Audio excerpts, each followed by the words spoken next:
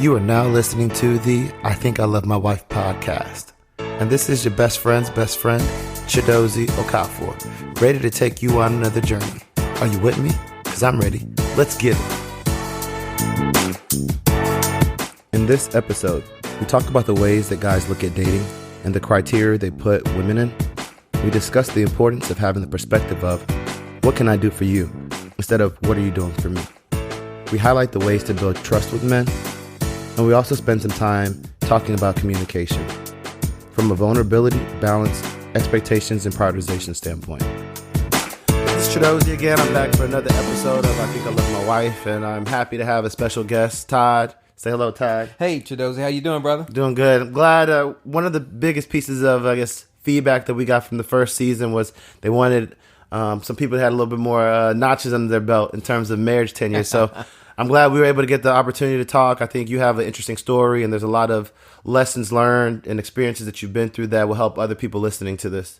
And so in similar fashion, like we start every interview, I want to toast this conversation to the effort and work you sow into a marriage and the fruit you get out of it. So cheers.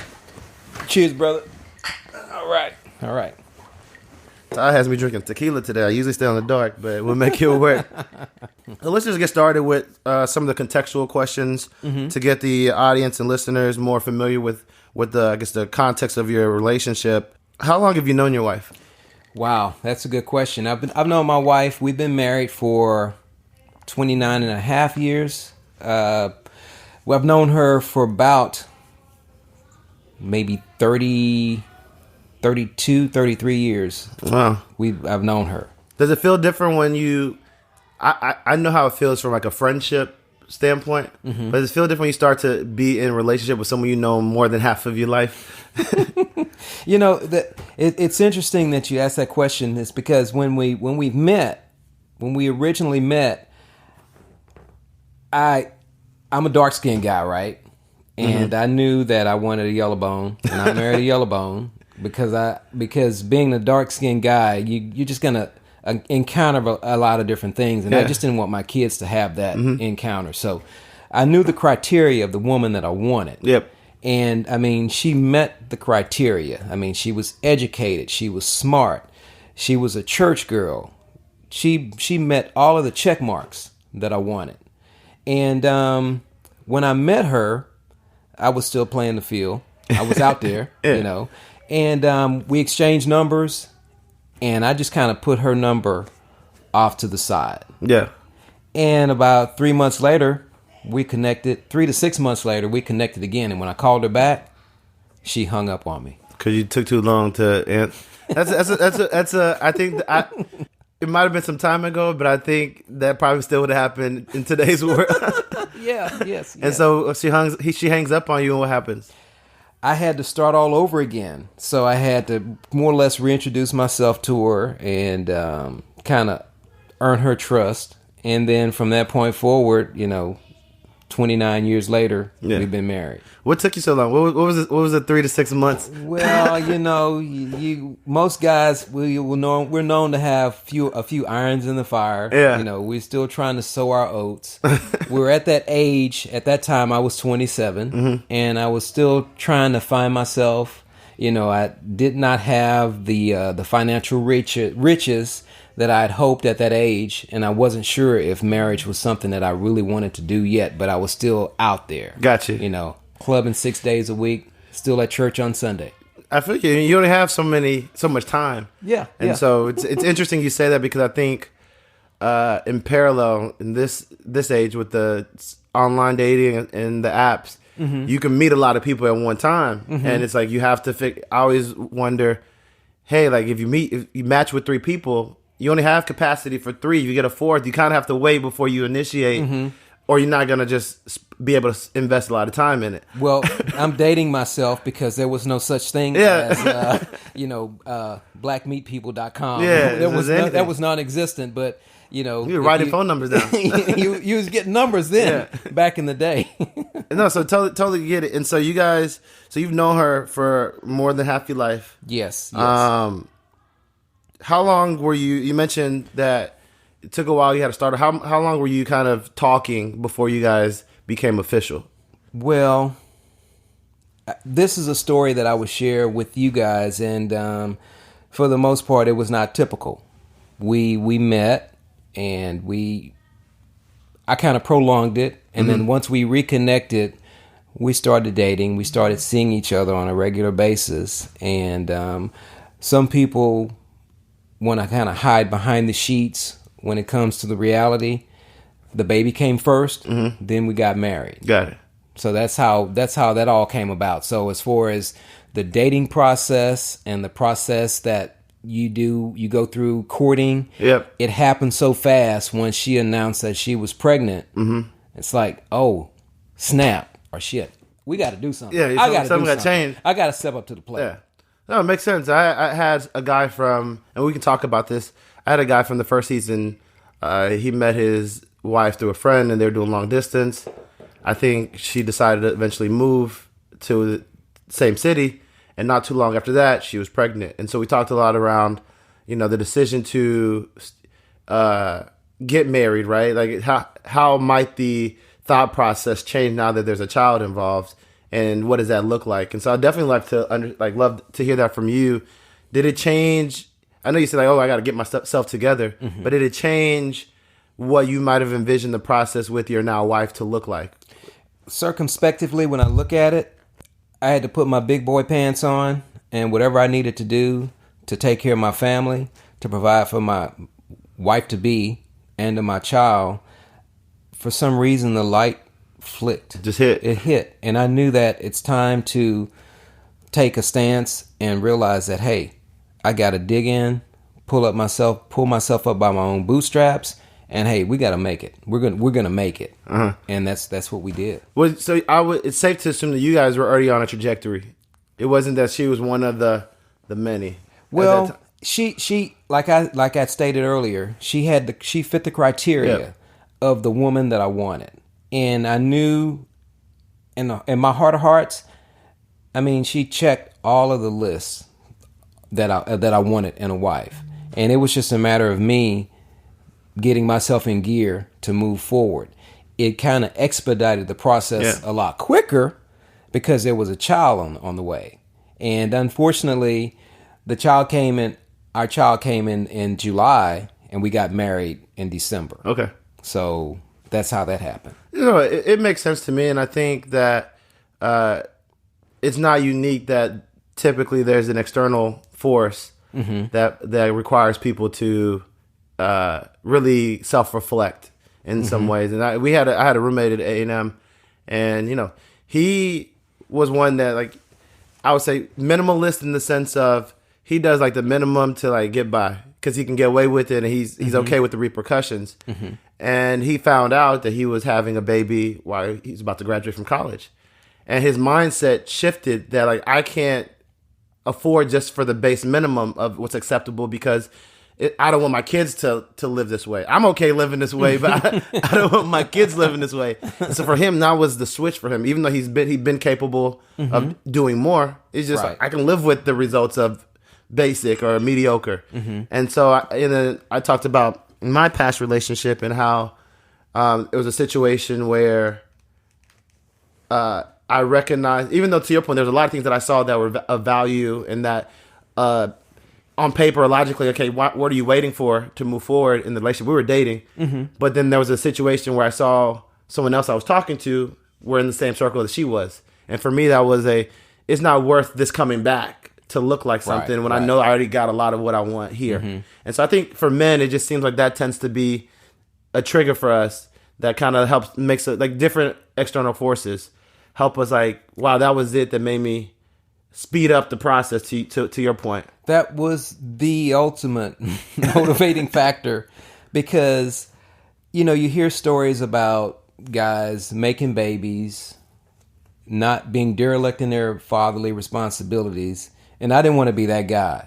And it was just such an eye-opening experience to say, hey, guy, you need to step up to the plate and make things happen. And I did. I mean, I got more serious about my career in if I'm okay to say this, in journalism, and stepped up my game. And I started taking everything more serious because I was much more lackadaisical, so to speak.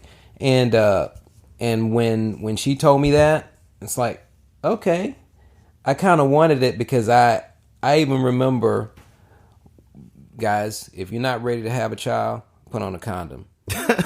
So it's real. With that said, when we were intimate, I said, the hell with that. Boom.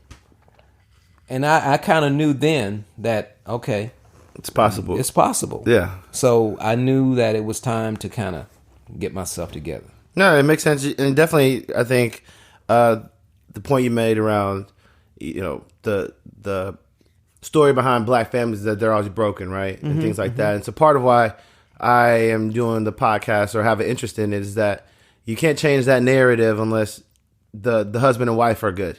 Exactly. And so I'm hoping that these type of conversations help spur conversations within relationships to help them be better or help people be more reflective to be better for those relationships so that we have more husband and wives and then we have these families that are capable of doing so much for the community and changing how people see us.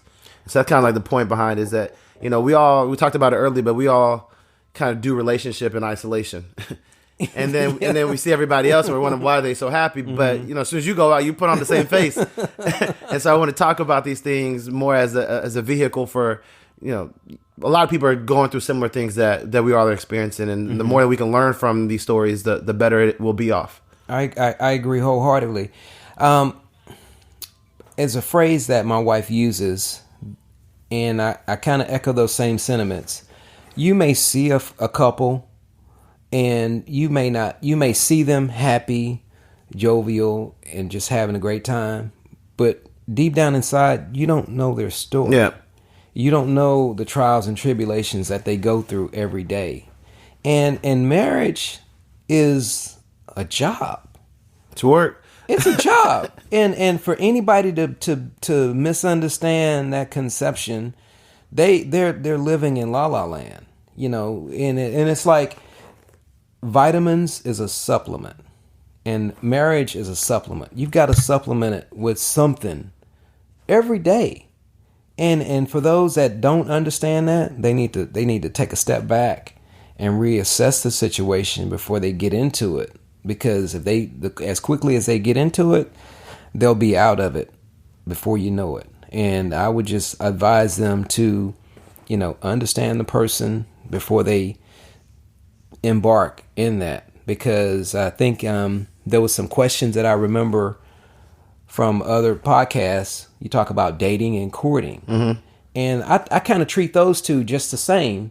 Because if you like that person, if that person fits the criteria that may be wife material, you need to step it up and try to understand that wife or that future wife, and she needs to understand you, and you need to be vulnerable and allow her into there's an outer court and an inner court to allow her into that space. But what if you don't? What are you in a situation where you don't know? Or you're not sure yet. So, like, let's say when you said you met your wife, and when you initially got her number, you had other things going on. Were you courting them and dating them, or were you just kind of dating and? I'll laugh at that one. It was a fun time. And so I think people they were not wife material. True, and there's some people that are. I think guys are quick to categorize folks. Some people you just know what it is. There's not any possibility for potential in your eyes. Yeah. There's some people that you recognize it up front. Yeah. And there's some people that are in the middle. You're not sure. Yeah. They're not just in the old thing. Right, but you're not sure if they're in that, potential wife camp. Right. And so when you're navigating that, it's like I'm gonna say something, and I'm gonna get some haters. This is okay. And I'll just say this: I'm about as dark as the speaker covers. I mean, I don't know. You might be a little lighter than me. But it was like if you were blacker than me, you didn't stand a chance. Yeah, we weren't in. We weren't in for a while. And that's a sad state of affairs. But I had an ulterior motive. I wanted to have some mocha Mocha color babies. kills, color babies. And that's what I did. Everybody has a preference. I mean, dark skinned men are back in. They hunting us down, and we in demand more than we were in the past. And so everybody has a preference between skin complexion, hair. Whether women that don't want guys that are bald or want a guy that can grow a beard. So everybody has those superficial preferences that they tend to, it attracts them. Right. And so when you say that, I see courting and dating the same thing, is it the same thing based off of the person in the category they're in, or is it unified across the board? Well, that's a good question. It depended upon if that person met my criteria. If I saw that they had all the check boxes for the woman that I wanted to have or aspired to have, then I would be a little bit more serious about the relationship. But for the most part, if they were willing to give in beforehand, and I knew in it, and I feel in some instances I personally feel guilty because I led them astray. Yeah. But I never made any promises. I just kind of tried to keep it open so that, hey, this is who I am. I'm not serious about any dating relationships right now. But, we can go kick it. We can go have a drink. Yeah. And one drink leads to two. Yeah, and then leads to another date. And then and stuff happens, And I talk about it often in terms of, I guess, the maturity of my own thought process, because I would say in college and that same as you said, out of college, 23 to 27, I was living in Houston. I was having a good old time. Yeah, I bet. And I was telling people say, well, what's the difference between living in Dallas and living in Houston? I was like, I was doing some different things at that time of my life. Whereas, I came back from grad schools in Dallas. I've done all the fun things that you could do. So it wasn't this excitement that I have to leave my house to go do stuff. And so it makes me, I realized then that we can sit in the shield of, I told them what it is and I was honest with them, because I think that's the bar. Because a lot of guys will lie and whatnot. And we say that's the bar. I told them, if you're honest. No, I shouldn't say. I say if you're honest. No, because I'm gonna mess some guys up. Say what you gotta say. If you're honest, it's almost like if you're honest and you're upfront. It's taking an L. Taking an L. Well, if you're honest and upfront, and they know what your motives are, you probably would get more ground. Oh, to some people, once they know, I think it switches. I'm not interested in a relationship. Let's just be friends. Yeah, and. It is. I think it depends on the woman. You're right. Yeah. Some women, I respect it, cool.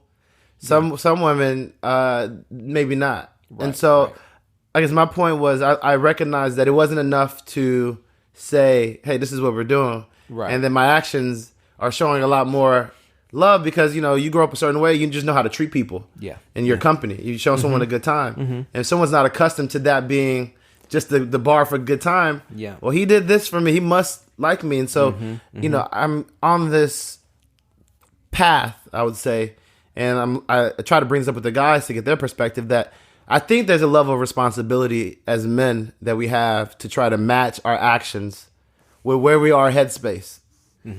Because I can say, it's like talking to kids, I can say I'm clean all day long, but when you go look at my room, if it's not ever clean, you're not clean. Yeah. And so your actions, dictate to some degree. And I can't be mad at someone for reading my actions and like, hey, it's not matching what you told me. You wouldn't have done this if it wasn't.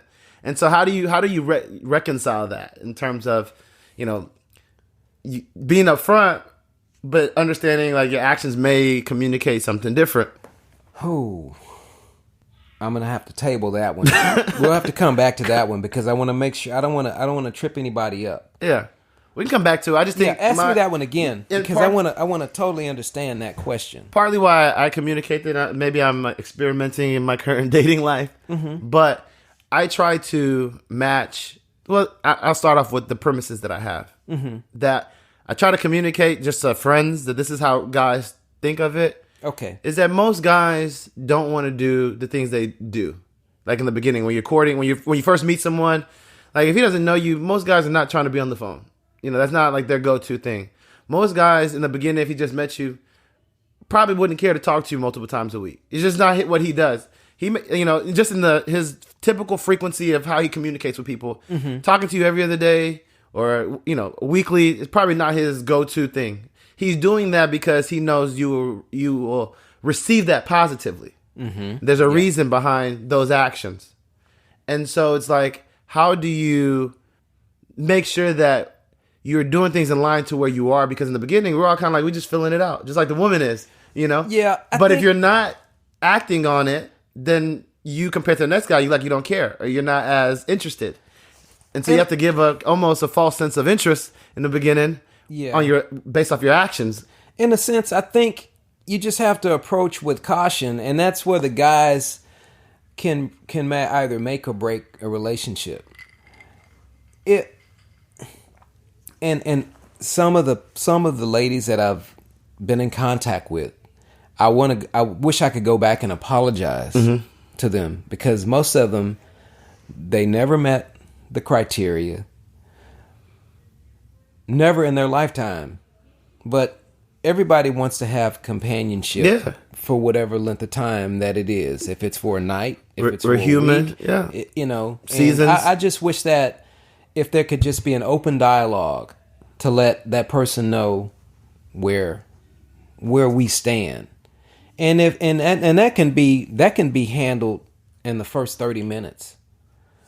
Really, if it could be, but the likelihood is that. But the thing about it, we start, or most guys, not me, because I'm perfect. most guys start lying, and they start telling the women what they want to hear. Yep. And women need to put their radar up right away, because everything that's gold, everything that glitters not gold. So that's just my saying on that. If there can just be an open dialogue about that. I remember a coworker that I work with. She was an attractive. I work in broadcasting. She's attractive female, black female, and we just had this brief conversation driving to a news story, and I admire her to this day. And she said, "I'm really tired of this dating scene. I know the kind of man that I want. I'm not going to settle for anything else." And boom, a year and a half later, she married one of our frat brothers. Oops, if that's okay to say that. That's fine. Yeah. And they've got 2 beautiful kids. And she remained steadfast, focused, and unmovable about what she wanted. But that biological clock for most women are ticking. Yeah, it is. It's a real thing.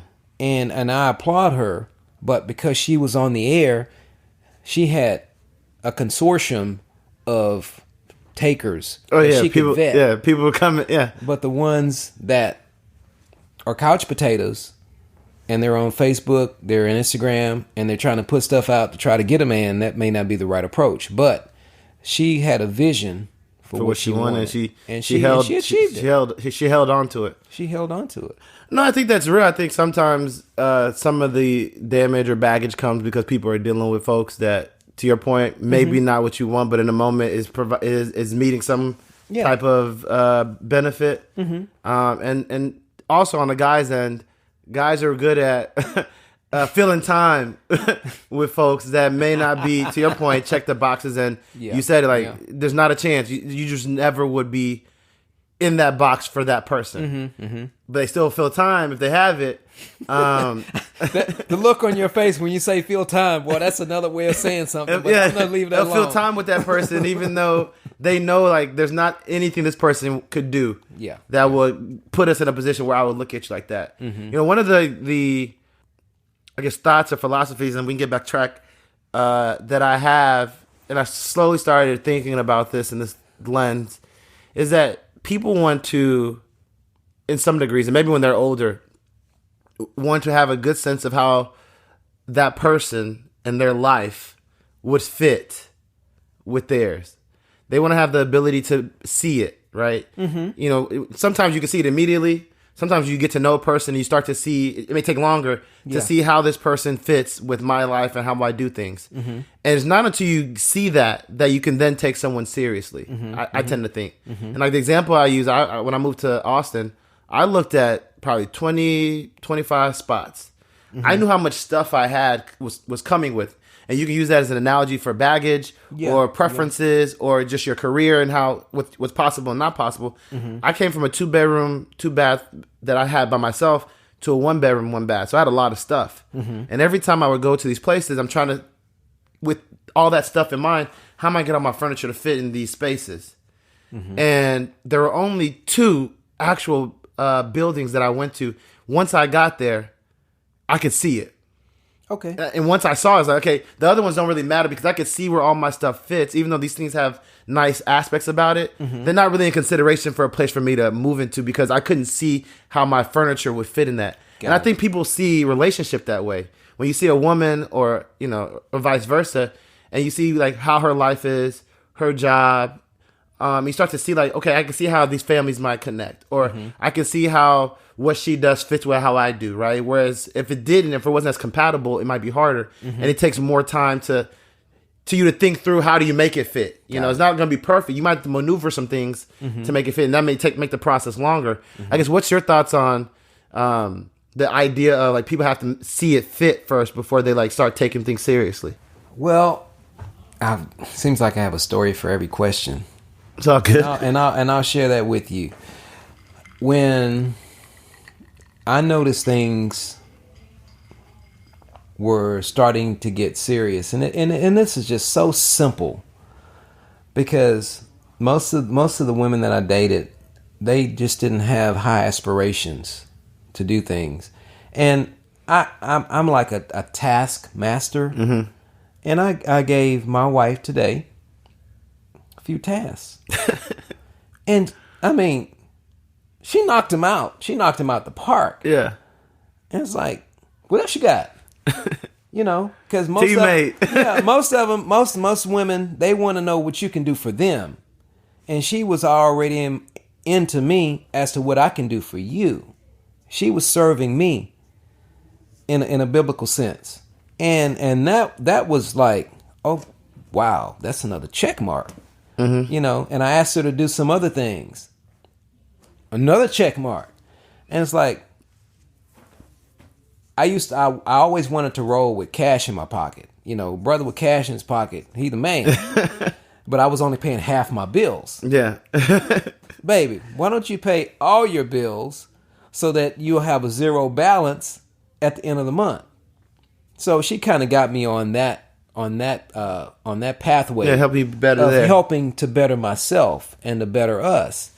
And as crazy as this sounds, most of the women that I dated never really bought me anything. I dated a girl, she bought me a polo shirt. My wife bought me a microwave oven. I didn't have a microwave oven. That was an asset. Yeah. For me. This is why you guys were dating? Yeah. We were dating, and there were various tasks that I would give her to do, and it's like, damn, she did it right. I said it to her one time, and she did it, and that just built up. That built trust.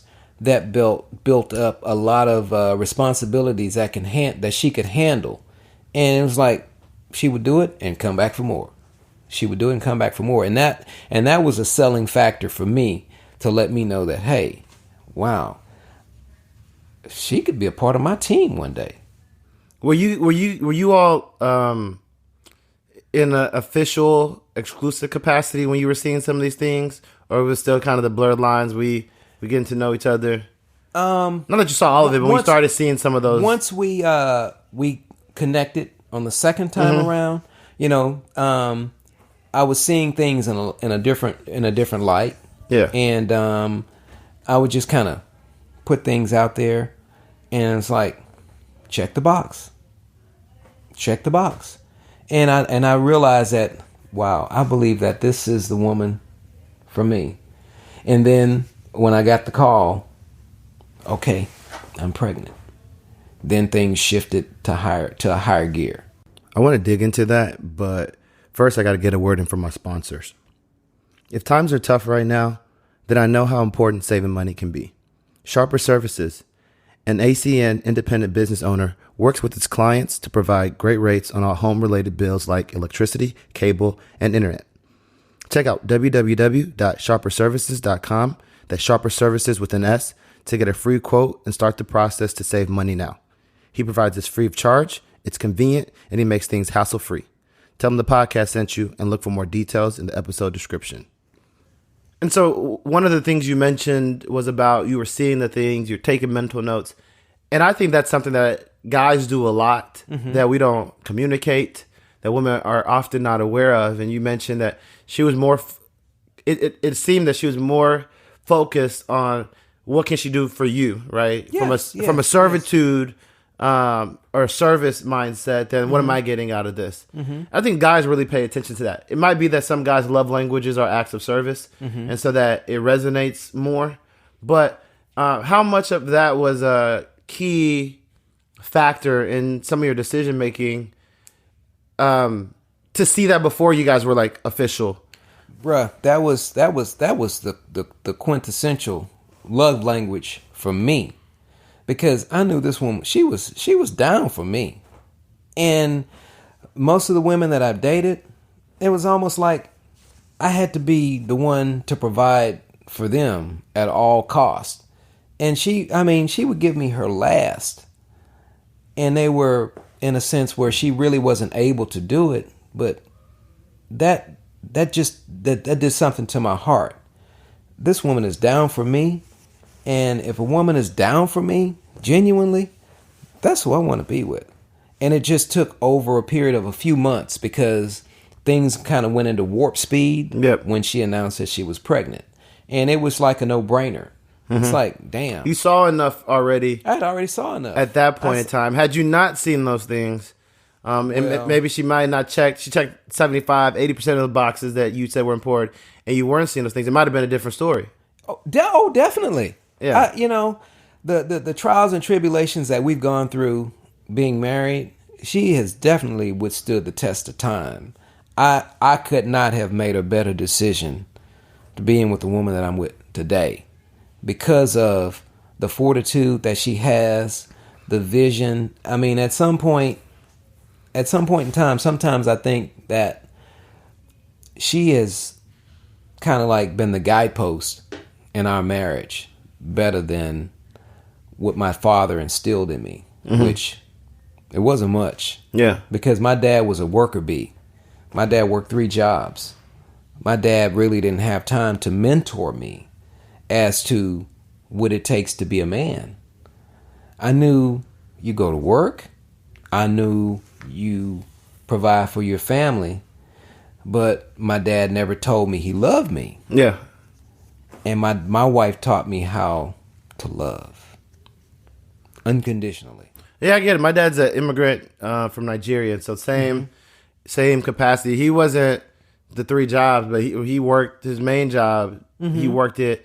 And the way he grew up, I don't think he got that level of nurturing. Yeah. And so the way he showed love was exactly, I go to work, I'm making sacrifices, I'm providing for you so that you don't want. And you were learning those lessons, but he never really said, I love you. He's still, now it's being normal. He's 70.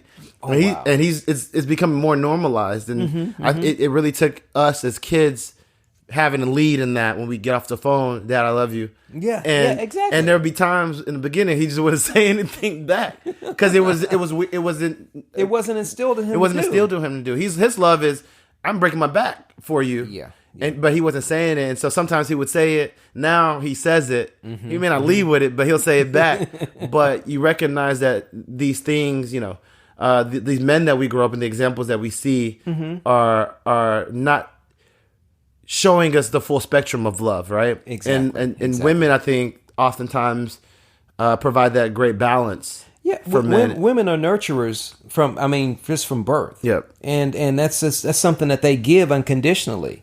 And that like I said, that was just one of the things that she gave more than any other woman that I'd been in contact with. She gave. She gave her all. She made the ultimate sacrifice. And it's tough. I would love to like understand. It's tough. It's tough in some ways. I think you want to. It's not hard for people that's their natural, like that's in their DNA. It's ingrained in them. Mm-hmm. That's their natural character because they're gonna do it regardless of who it's for. Mm-hmm. But it's tough because a lot of people are willing to do those things depending on the person who it's for. Mm-hmm. It's not just how they operate. Mm-hmm. And you have to have spent enough time, enough experiences that matter enough in their lives before they start to show you those things. And so how do you speak to the people that are out there waiting to make sure they're getting what they want out of it and this is the right person to start demonstrating some of those things versus just treating someone like, they deserve to be treated? The key to that, I think, is life is a test. And it's almost like you can throw out little subliminal things to people. And it's like I'm a fisherman, avid fisherman. And when you go fishing, you go catching. You don't go fishing. Yeah, you're trying to catch them. So you throw something out there, and if they're receptive to what you're throwing out there, then you get a response. Yeah. But if you throw it out there, and it's been out there all day, and you don't get a bite, well, you use your intuitive thinking to realize that, oh well, okay, I did it once, and I like the seven try method. Mm-hmm. 7 is a number of completion. Yep. And I'll be willing to give you 7 shots. Oh, really? Yeah, 7. You're better than most. Yeah. And the thing about it, you can do it so passively to where they may not even notice it, but you need to be documenting that because how they're gonna act in the trenches when things really get tough. Yeah, and I think it's important. It's interesting that you say that because I've told people this, and I think guys do this a lot without saying anything, that we sit and take notes. Yeah. And we may not say anything or communicate it, but it might be guideposts. We put out little situations and call it tests to see how people respond to it. Mm-hmm. And we're taking mental notes on how this person responded, whether it's, hey, I needed this person for something, whether it is a situation where someone wants you to be more vulnerable and you shared a little nugget and you take how that person reacted to it as a mental note of what you can do the next time and how much more you can share. And if they react in a way that's not conducive to affirming that behavior, then you're like, well, I told you this little nugget and you responded this way. How do you want me to tell you something that's even more intimate or vulnerable? Because I don't want to have that type of interaction or response to it. Yeah. And so I say it's funny you're saying it because I think women don't realize how much guys do that, even though we may not say anything. We just stay taking notes on how people are acting and responding to things. And women need to be mindful. The worst thing a woman can do is when a man is being vulnerable and you betray that trust one time. Yeah, we're done. We're horrible at grace. You are done. I mean, if you share something with a woman and she 15 minutes from that point or 5 days later, she throws it in your face. Yep.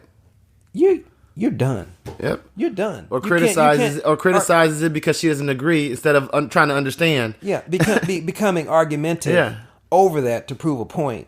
You've just, you know what? You're notch. You went from a 10. No, you went from a 9.5 to a 7. Now it's going to take some work to get back from that 7 back up to a 10. But you're just chomping away at your ankles. It's like fantasy points when you when your offense scores, you're taking points away. And that's something women need to understand. We as black men, we go through so much bashiggity. Being a black man, we're gonna be judged when we walk into a room. Yep. Then we gotta outperform everybody else in the room, and then we gotta walk on cotton while we're in there because we can't say what we really want to say, and then we gotta come home and deal with a chatty woman. They need to open up their eyes and be mindful of what's going on, and then they wonder why these guys float away. No, I mean it's there's a lot of things that that you said. I'm like, yeah, I get it. Some of it is, well, and I'm speaking devil's advocate to some of these. Okay, yeah, some of these yeah, are, women will say black women have it hard too. They have a hard time. They work. They can't communicate. They want to communicate. They're walking on eggshells. They're getting criticized about the hair and all these other things. And then they have to come into an environment where the guy might not be doing enough, right? Yeah. And so I think we all have it hard, but I do think it is important that I think it's important to recognize, like, the reality is we live in a woman's world. We live in their world. And so it is oftentimes that things are perpetuated in a way that we are adjusting to what's comfortable for them more often than not. Not that they don't make concessions for men. It's not what I'm trying to communicate. And so in some of these instances, if the woman likes to talk, and let's say the guy doesn't talk as much, we're not going to lean towards the guy's side and not talk as much as a unit. We're going to talk. Yeah. And I was in a situation once, and chatty woman as well.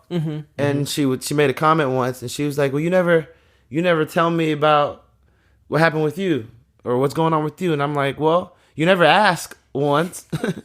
Two, when I see you lead in with your stuff, which I'm happy to talk about, I don't have or listening to. But if you've communicated X, Y, Z, and all these things that you're feeling, and we've allowed you to feel and emote in whatever way that is, I don't want to come with my stuff and now either damper the mood or add more issues on a conversation that was very heavy to begin with." And I was like, how many times have you started the conversation with, "Hey, how are things with you?" You just come in and jump, not knowing if I'm in the mental capacity to receive what you're saying. Yeah.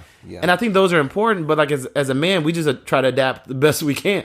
Yeah. Even with that, you're kind of walking a fine line, because sometimes when you enter that spectrum, they've got to be able to realize that if you offer a question or exchange ideas about something, you can't control the entire conversation.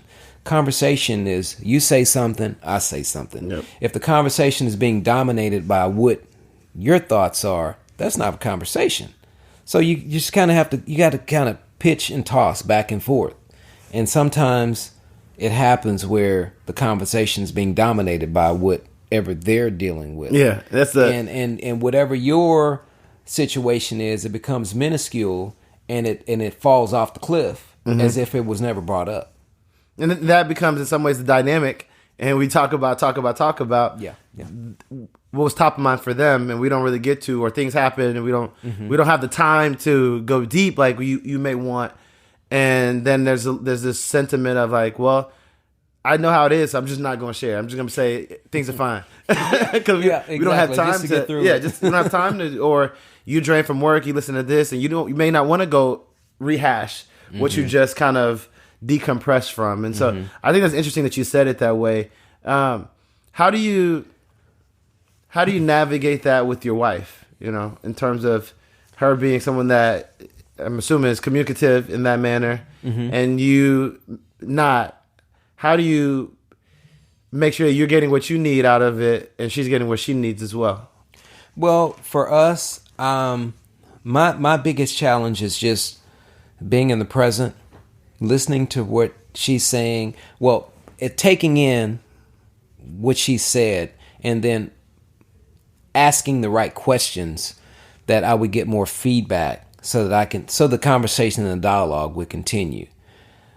The challenge for me is when I come to her and I'm sharing things with her. Most instances, I just want you to listen. I don't need you to dictate or tell me what I should have done in this situation or what I should have done in this situation, because that kind of puts me back a bit. Yeah. Just listen. Does that make sense? No, that makes sense. I think all I want is a soundboard. Yeah. I don't need. This is not a session to where we're in therapy and I need advice. I just need a soundboard.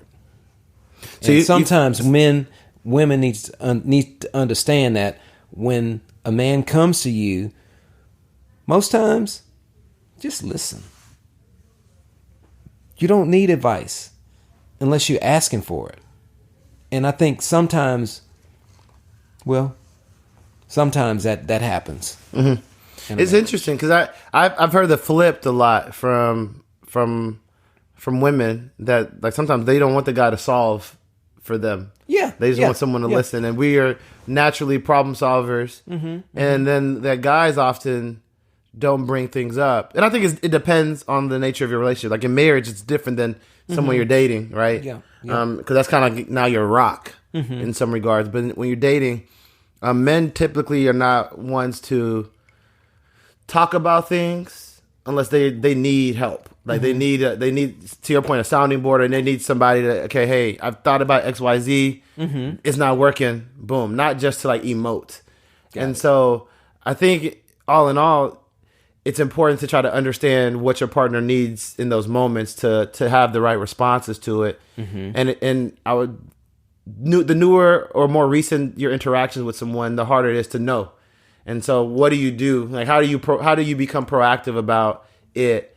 And one of the pieces of advice I've heard is that it's helpful for women to say, hey, I just want to talk, or I just want you to listen to me. So the guy knows, right?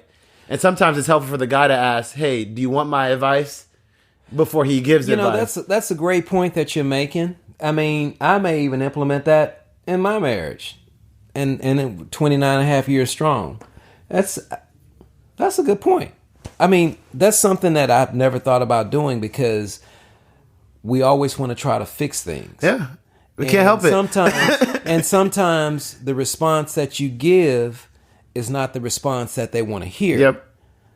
And it's almost like when you encounter that, you might want to say, how do you want me to, do you want me to just listen, or do you want my opinion? Because if I don't say anything, that's an answer in itself. Yeah.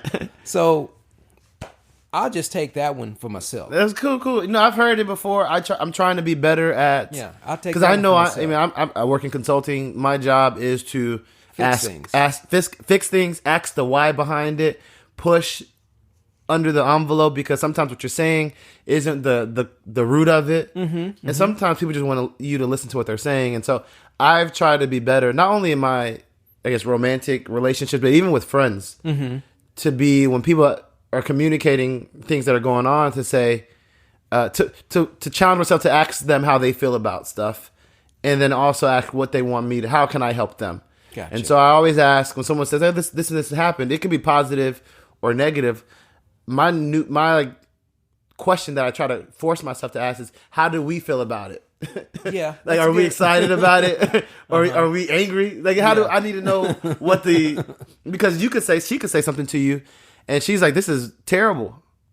Or like, I was talking to your daughter on the IG Live, and she said she got feedback, or people were saying that she's so good and she works so hard and she's, she gets everything done, and I'm thinking, you killing it. She was like, I was embarrassed because, it meant these things to her. Right. So if you don't ask the question of how do we feel about it, you're like, cool. And she's like, this is bad. And so I think it's important to understand, how people are reacting to things, because we may not react the same way to the same thing. And then ask, hey, do you want me just to listen, or do you want my advice? Or do you want me just to be here for you? Because then we take out the guessing of it. Yeah. And I'm one that, like, I wouldn't talk to someone about some stuff unless I wanted their opinion about it. Right. So that's typically the way I communicate. And I could do a better job of communicating things just to communicate what's going on that I don't need resolution on. And so I take that to, when people are talking to me, to think that's why they're talking to me, because they need resolution. And so I've been in a number of situations where I had to learn the hard way. Some people just want you to listen, and I know that I don't know when those things are, and so I could, humble myself and say, "Hey, do you want my advice?" As a just I mean, like I said, I will take those steps and I will implement that, because I found myself giving my opinion or my advice, and it wasn't even asked for. So all I can do is tip my hat off to you on that, and that's something that I will implement in my relationship. That's cool. I mean, that's what I've learned from, I would say, personal experience and talking to other guys, and that's the value of I would hope the podcast, because there are things that, to your point, you've been married for a minute. Yes. That like you could grow and implement to be better, and I think marriage is. It's always it's continual growth, and it's always growth. And people change, people evolve. That people will grow closer together. They can either grow further apart. But at the end of the day, you need to keep your eye focused and remain steadfast on your common goal. You want to do what you can to try to please your wife, to make her happy, if possible, and find some self-fulfilling things that you want to do. And that's the fine line that it's not a fine line, but that's the line that we take. That fine line makes sense, and we're at that line where it's time to call it a wrap for today. Todd, I really appreciate your time and spreading wisdom and sharing your story. It's really appreciated. I thank everyone that's listening and the support that you provide in the podcast. Make sure you are subscribing to I Think I Love My Wife podcast and following on Instagram at Think Love Wife. Be sure to leave a review when you get a chance and spread the word to at least one friend. Join us for next time. We talk about treating your marriage like a family business. We'll discuss identifying and navigating areas of improvement for your relationship. And we'll explain the importance of showing up for your partner during critical seasons, as well as accepting family norms and cultures. Until next time, you know what it is. I hope the conversation keeps going.